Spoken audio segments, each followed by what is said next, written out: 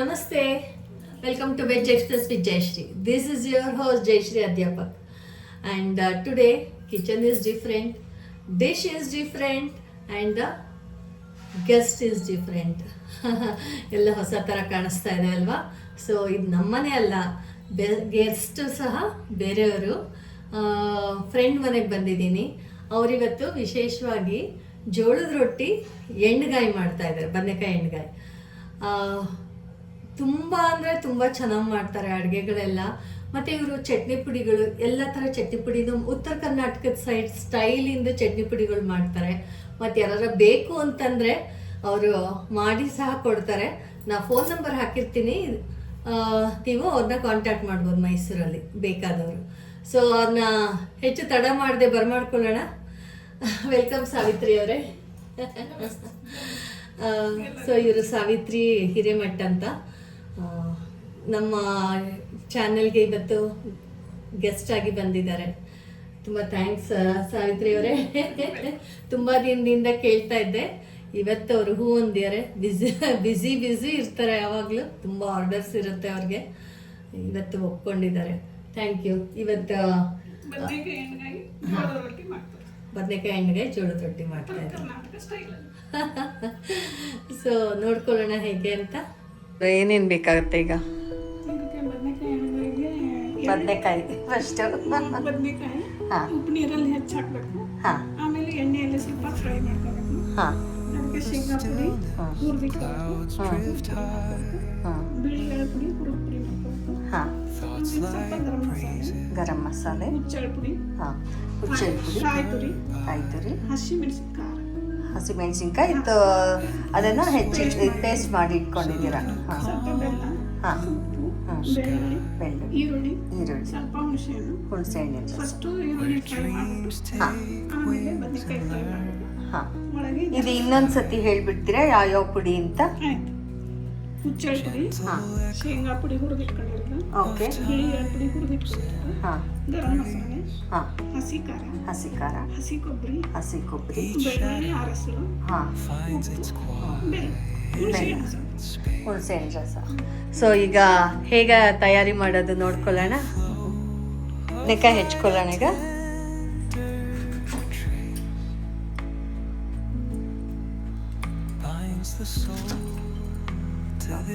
ಹುಳ ಇದೆಯೋ ಇಲ್ಲ ನೋಡ್ಕೋಬೇಕಲ್ಲ.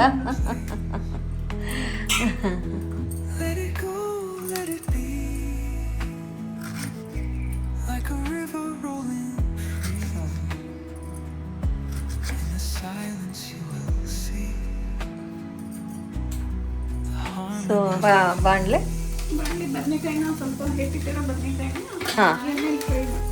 ಎಣ್ಣೆಲಿ ಫ್ರೈ ಮಾಡ್ಬೋದು. ಓಕೆ,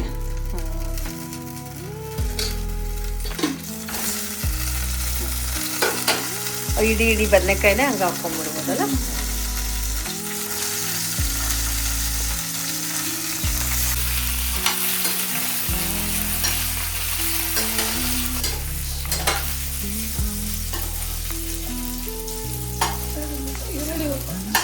ಹಾಂ, ಬಾದ್ಮೆಗೆ ಓಕೆ.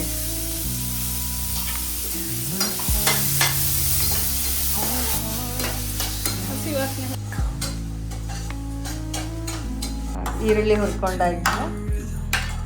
ಏನು ಮಾಡ್ತೀರಾ ಈಗ ಸಾವಿತ್ರಿ? ಹಾಂ ಹಾಂ ಹಾಂ. ಓ, ಅದಕ್ಕೆ ಎಲ್ಲ ಸೇರಿಸ್ಕೊಂಡ್ಬಿಡ್ತೀರ. ಹಾಂ,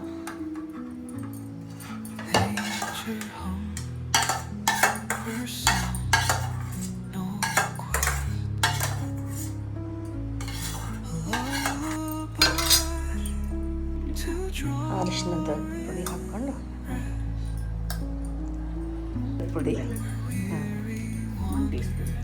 ಹಾಂ, ಉಪ್ಪು ತಕ್ಕಷ್ಟು, ಪುಡಿಗಳೆಲ್ಲ, ಕಾಯಿ ತುರಿ,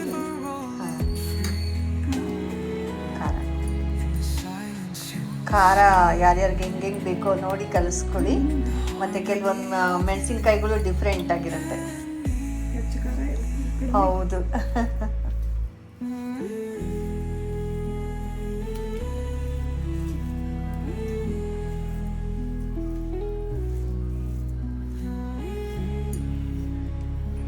ಹುಣಸೆ ಹಾಂ ತುಂಬ ಜಾಸ್ತಿ ಆಗುತ್ತೆ. ಹಾಂ ಓಕೆ ಒಂದು 2 ಟೀ ಸ್ಪೂನ್ ಅಷ್ಟು ಹಾಕ್ಸಿ. ಹಾಂ ಗಟ್ಟಿ ಇರ್ಬೇಕು ಇದು ಹೂರಣ ಅದ್ರೊಳಗೆ ತುಂಬಲಿಕ್ಕೆ. ಹಾಂ ಅದೇ ಗಟ್ಟಿಗೆ ಬಂದಿದೆ ಅಲ್ಲ.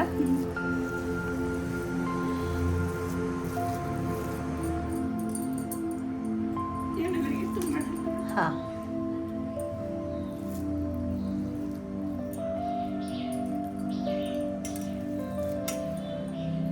ತುಂಬಿ ಇಟ್ಕೋಬೇಕು. 4 ಕಡೆ ಕಟ್ ಮಾಡಿ ಅದನ್ನು ತುಂಬಿ ಇಟ್ಕೊಂಡ್ರೆ ಆಮೇಲೆ ಒಗ್ಗರಣೆ ಹಾಕ್ಕೊಳ್ಳೋದಾ? ಬೇಕಂದಷ್ಟು ನೀರು ಹಾಕೋದು. ಹಾಂ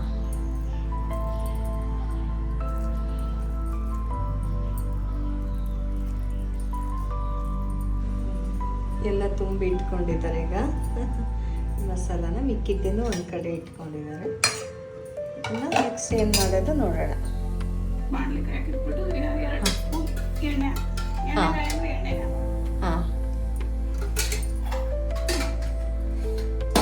ಎಣ್ಣೆ ಕಾದಿದೆ. ಸಾಸಿವೆ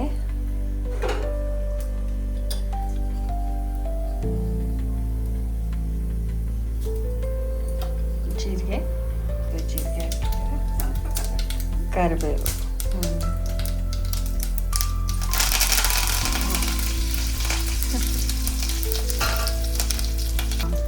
ಒಂದೊಂದಾಗೆ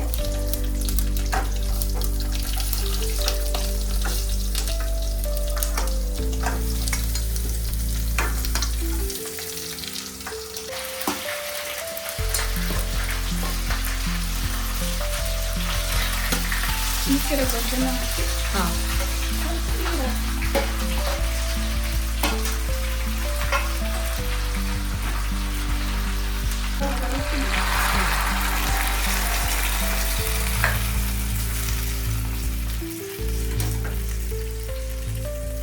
ಸ್ವಲ್ಪ ಮುಚ್ಚಿಡೋದಾ?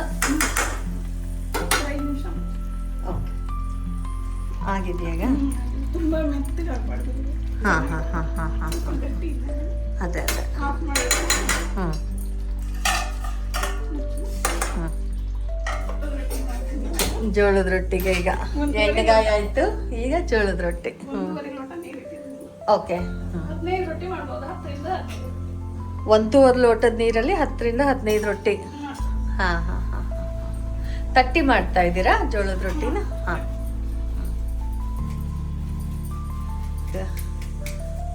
ಜೋಳದ ಹಿಟ್ಟು ಜರಡಿ ಆಡ್ಕೊಂಡು ಅವಾಗ ಸಾಫ್ಟಾಗಿ ಬರುತ್ತೇನೋ ಅಲ್ಲ? ಹಾಂ ಸಾವಿತ್ರಿ ಅವರು ಮಾತಾಡೋದು ಸ್ವಲ್ಪ ಕಮ್ಮಿ, ನಾನೇ ಮಾತಾಡ್ತಾ ಇದ್ದೀನಿ. ಇವಾಗ ಒಂದು 4 ಸ್ಪೂನ್ ಹಾಂ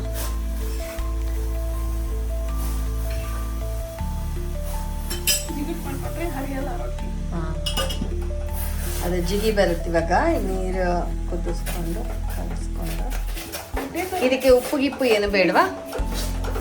ಓಕೆ ಚೆನ್ನಾಗಿ ಅಭ್ಯಾಸ ಇದೆ ಅಂತ ಗೊತ್ತಾಗ್ತಾ ಇದೆ.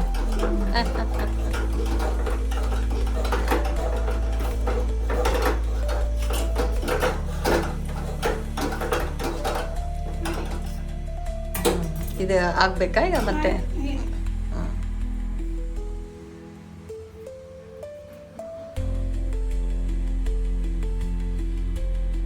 ಹಾಂ ಸ್ವಲ್ಪ ಒಣ ಹಿಟ್ಟು ಚೆನ್ನಾಗಿ ನಾದ್ಕೋಬೇಕಲ್ಲ.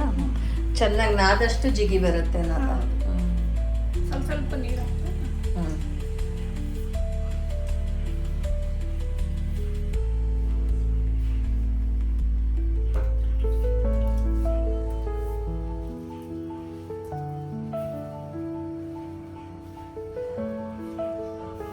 ಚೆನ್ನಾಗಿ ಜಿಗಿ ಬರ್ತಾ ಇದಲ್ಲ.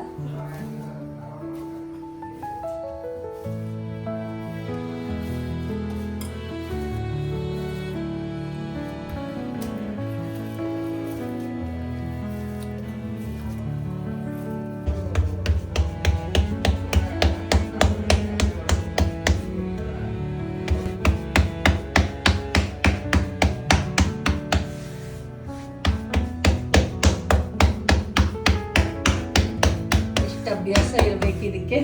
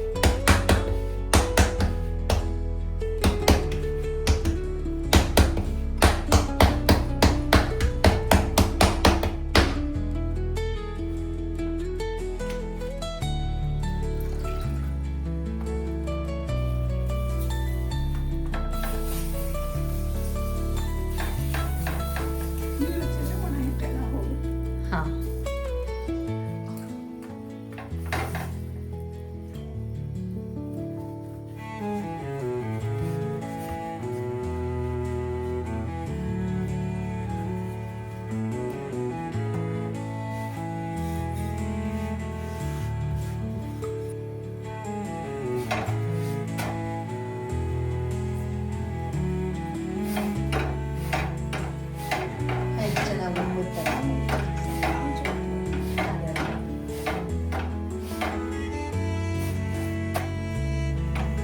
ಜೋಳದ ರೊಟ್ಟಿ ರೆಡಿ.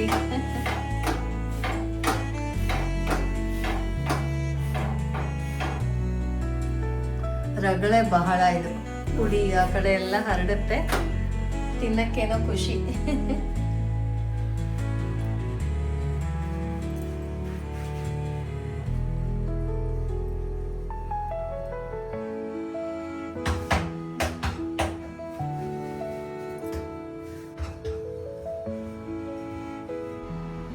ನೋಡಿದ್ರ ಎಣ್ಣೆಗಾಯಿ ಜೋಳದ ರೊಟ್ಟಿ ಎಷ್ಟು ಮೃದುವಾಗಿದೆ. ಜೋಳದ ರೊಟ್ಟಿ ಇದು ಚಪಾತಿನ ಜೋಳದ ರೊಟ್ಟಿನ ಅಂತ ಡೌಟ್ ಬರುತ್ತೆ.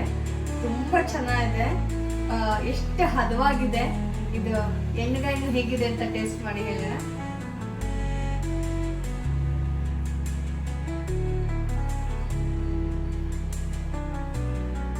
ಬದನೆಕಾಯಿ ತಗೊಂಡಿದ್ದೀನಿ.